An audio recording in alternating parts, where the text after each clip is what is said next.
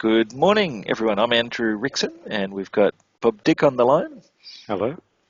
And Bob and I have been hosting a series of pop-up conversations about the connection between open space technology and action learning. And each time we come together to have a chat, we've got a particular quote that we use as a way of sort of exploring a few particular aspects of this. And today's quote is chosen by Bob.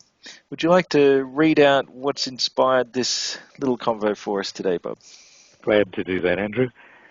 It's from Daniel Goldin when he was administrator of NASA in the 1990s.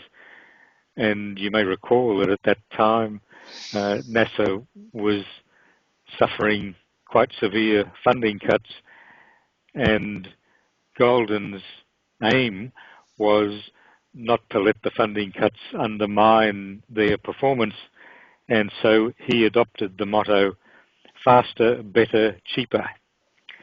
And when you think about it, that's not really achievable. In fact, software engineers have a better understanding of how the world works. They have a saying, fast, cheap, good, pick two.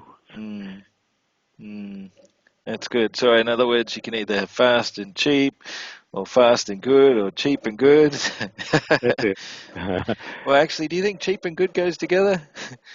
Cheap and good, but not fast. Yeah. If you take your time and if you deliberately look for saving every penny that you can. Yeah, right. Yeah. So the quality becomes the issue, not the deadline. So how does this connect to action learning for you?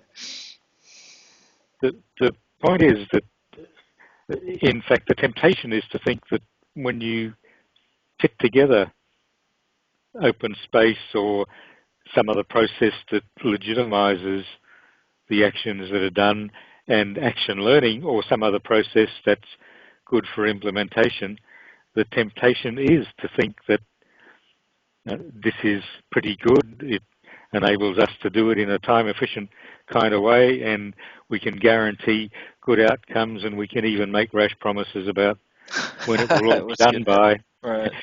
But that is dangerous to do that. That part of good process design and process facilitation for me is to be aware of what the trade-offs are and to make a trade-off that's appropriate to it.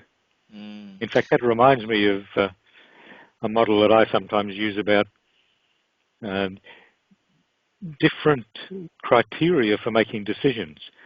And there are some decisions where time is of the essence and where it's better to make a bad decision so long as you've made some decision by the headline, right, by the deadline, or you miss out on the opportunity altogether.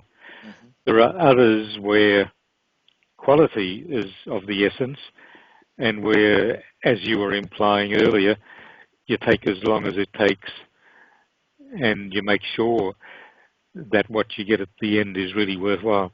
And if it's a decision that's pretty hard to undo and you have to live with it for a long time, then it makes sense to worry a lot less about time or cost than it does about getting the right decision.